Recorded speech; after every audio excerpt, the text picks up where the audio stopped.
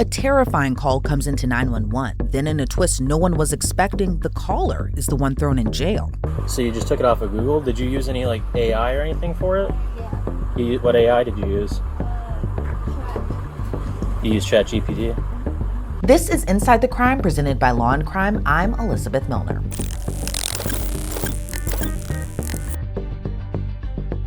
Now, a lot of us might be guilty of using ChatGPT or AI every now and again, and that's totally fine, as long as you're not using the platform to fake a serious crime. It's October 7th, 2025. We're in St. Petersburg, Florida. Police officers with the St. Petersburg Police Department are dispatched to a local apartment complex after a woman reported she had been raped. They responded to the home of Brooke Scheinold. She told officers she was home alone caring for her baby when she got a knock on the front door. She said a strange man forced his way inside her home, even pushing her to the ground. According to the police report, Brooke reported that this man's name was Jake or James and that he knew her boyfriend. She initially reported that while still on the ground, she was able to take a photo on her phone of the suspect. Then he stood up, pulled her pants down to her ankles, and raped her. Brooke reported that the man raped her for about 10 minutes. She claimed she didn't scream because she didn't want to wake up her baby. She said after he was finished, he used her electric toothbrush and then left the apartment. Brooke reportedly told officers that she was experiencing vaginal pain. However, she refused to go to the hospital. Officers also noted that they didn't see any physical injuries on her.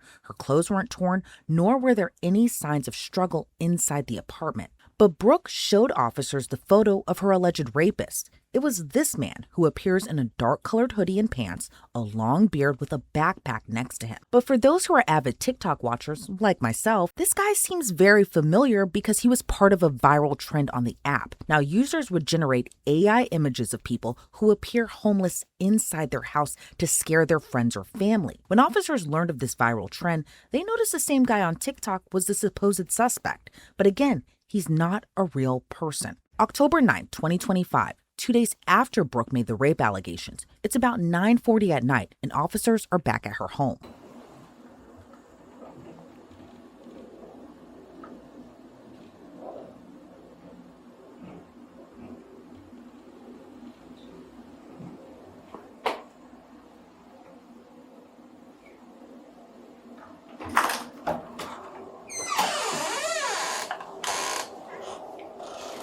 Hi. Would you mind coming outside and taking a minute? Thank you. Do you have like slides or something? Just so you're not standing out here barefoot.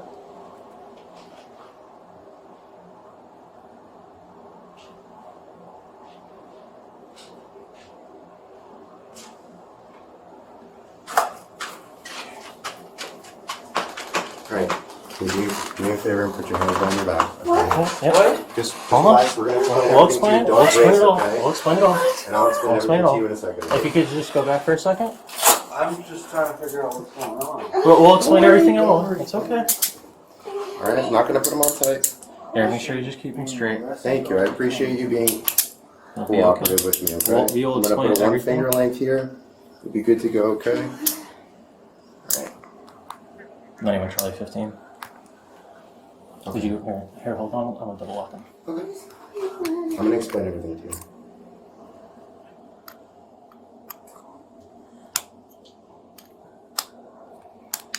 Nine to each other. We're going to be 15. I don't know if you're... Alright. You can head down there. Let's go downstairs. I'll come back up in a second and explain everything to you, okay? I don't know. They told me. We will. It's alright. You're doing great, alright? Don't trip, okay? Oh, here, I got a light for you. There you go. Oh, I'm just dizzy. It's alright. I got you. You're not going to fall. What's going on? Once We you will get down the explain stairs everything. so you're not in like a little trip situation, I'll explain it to you.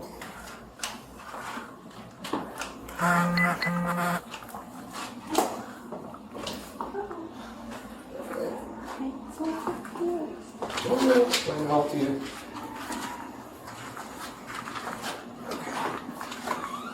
Alright, we'll take a step over. Just 1 second, alright? Okay. I'll be back up and talk to you in a second, alright?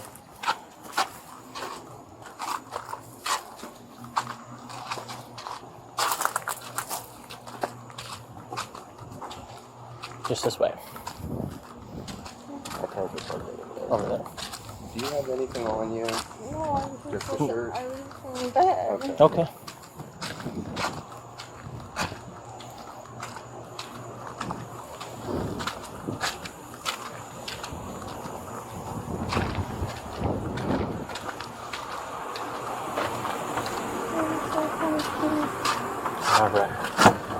Go ahead and slide in there. Just watch your head, all right?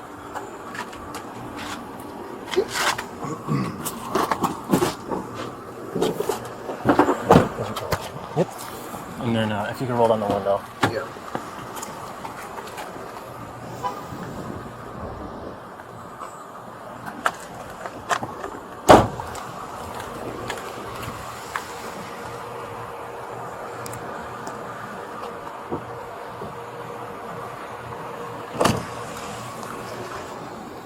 All right, Brooke.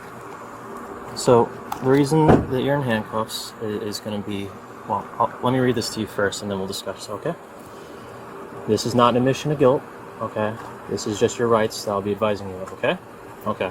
Now, Brooke might be confused on why officers were there, but making a false report is a crime. Not only did police respond to her home over allegations of sexual battery, they used resources to investigate. According to the police report, officers gathered touch DNA from her door handles, toothbrush in the bathroom, buckle swabs from Brooke and her boyfriend were taken, crime scene photos were taken, and they were even packaged to submit as evidence. All for it to be a hoax. When officers responded on October 7th, Brooke was reportedly adamant she had been sexually assaulted. But when she was in the back of the police car, the truth came out.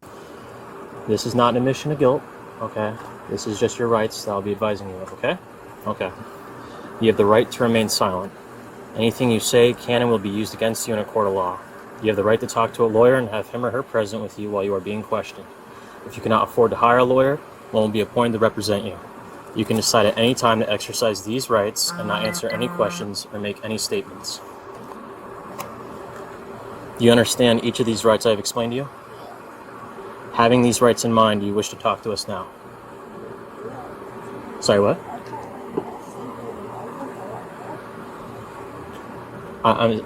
To that question, though, I'm sorry, what'd you say? Yes. Okay. You gonna throw up? Oh, no. Take some deep breaths. All right. You'll be good. I'll get the AC going back here. If you need to throw up, actually, I'll open the door so you can throw up on the ground. Please do not throw up on the back seat of my cruiser, okay? Huh? You're gonna throw up? Okay, don't throw up on the floor, okay? Just throw up on the outside.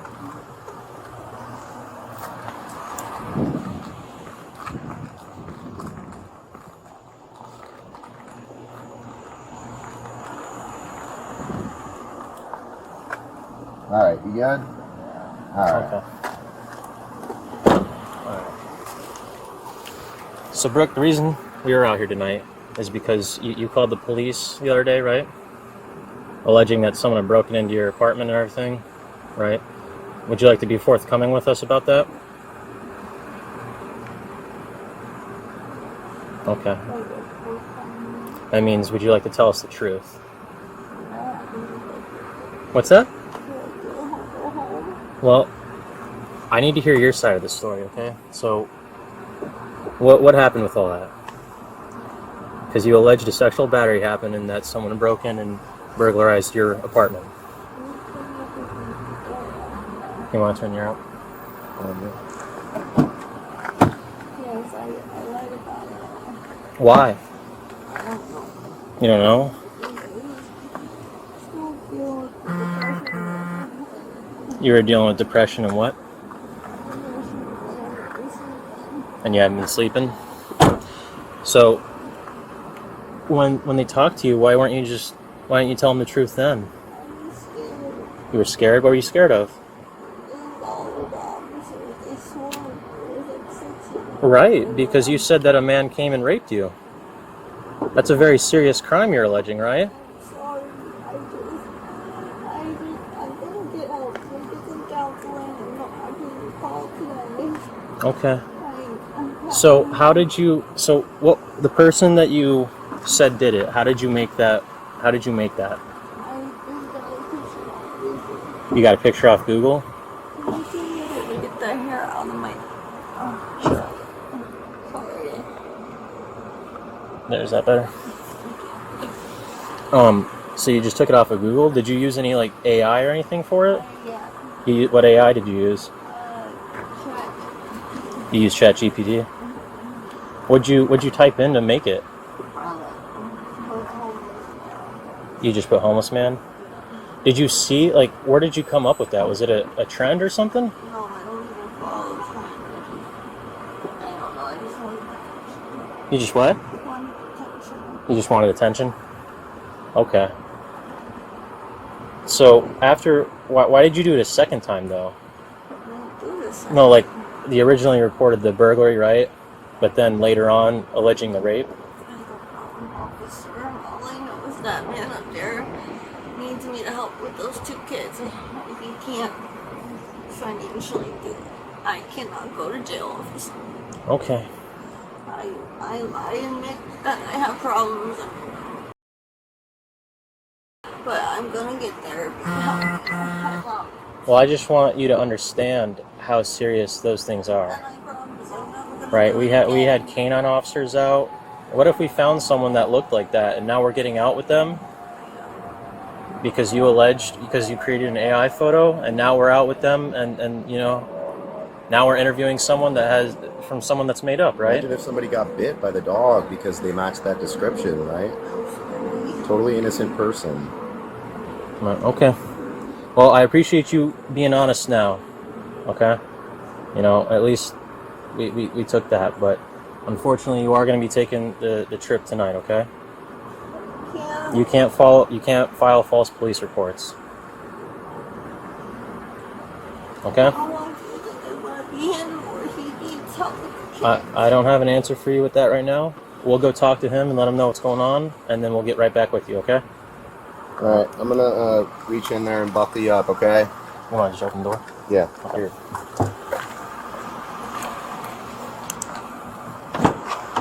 Alright. So I'm just gonna pull this and then pardon my reach.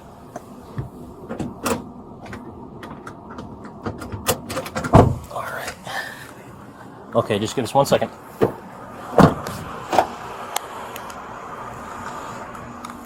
Brooke was charged with 2 misdemeanors of making a false report of a crime. One pertained to the fake burglary she reported, the other for the rape hoax. Online records show on October 23rd, Brooke pleaded not guilty to her misdemeanor charges. However, she changed her tune on December 4th when she pleaded no contest. Trial attorney and federal litigator Alexis Rosenberg joins us now. And Alexis, this is an interesting case. I mean, we've seen pranks, we've seen hoaxes, but to call 911 saying someone assaulted you and even going as far to create a fake image, I mean, what's your reaction to this case? Well, she called 911 twice. They went out, they investigated and decided there wasn't a crime. And then she called back again and stated that there was, I believe, a sexual assault or battery that was made on her. And they went back out to reinvestigate. But this is really taking I believe it was a TikTok or Instagram, trend that's going on a little too far. Yes, absolutely. And it was a part of a TikTok trend. But talk to me a little bit about how some trends really do have legal consequences. Like, I feel like in this case, it would be different if she would have sent this so called prank photo to maybe some friends, some family. But there were 911 calls made, police resources were used. Talk to me a little bit about the consequences to that. So you bring up a very good point. I mean, there are trends that we have heard about that actually people have died from doing those TikTok trends. So and then, just because you're doing a trend, it does not exempt you from the law. You are still required to follow the law. And she definitely took this too far. She is wasting very valuable resources. They could have been at her house, especially with her complaining about being sexually assaulted, instead of helping someone else and thereby endangering other people in the public.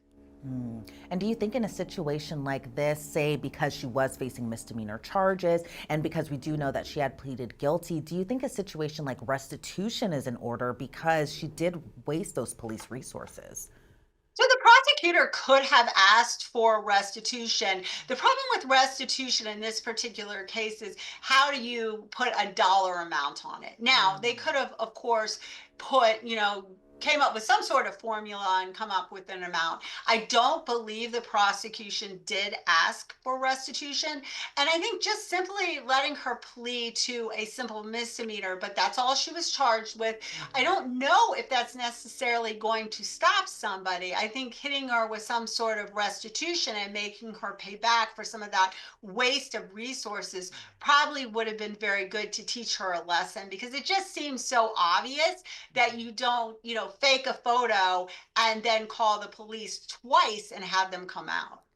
Right. And these were really serious accusations that were being reported. And I'm sure officers likely thought initially it was a credible accusation. But in your opinion, how can officers navigate a situation where they're dealing with a really sensitive topic, but then they don't see the person who's making that report as being credible, like in this case, because that person didn't even exist, that she was alleging sexually battered her?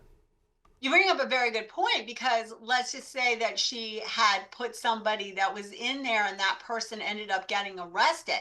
Now, in this particular case, apparently the picture that she had, it was pretty obvious that it was AI generated. Thankfully, she was not extra talented at using AI. And right away, I believe one of the sergeants or somebody at the police department realized that it was AI generated. They ultimately did get her computer and see that she had downloaded and done this, I believe, about a week before. So we do have, that premeditation. This seems to be planned.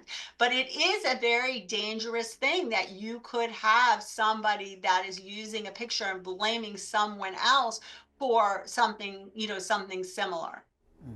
And as we see the rise of people using ChatGPT and AI and things of that sort, what challenges do courts really have to face when viral social media trends kind of intersect with real criminal investigations? So the police did a really good job in this instance, because they confiscated her computer, and that way they were able to actually see that data in those files. So I think that it's going to get much more technical if it went as far as you're suggesting, that we maybe this slippery slope of sorts of people blaming people and creating false evidence, that we'll have to bring in those forensic experts to be able to look at what's on their computers, what they have downloaded, but also to be able to track that this was something that was created opposed to an original photo. And it's interesting, too, that Brooke Chenault's excuse for allegedly creating this image was, at first, obviously, she didn't want to admit that it was AI generated. But she also said that she was really attacked, then admitted that she lied and she just was going through depression. She wanted attention. I mean, what's your reaction to a defendant just kind of spilling the beans right then and there?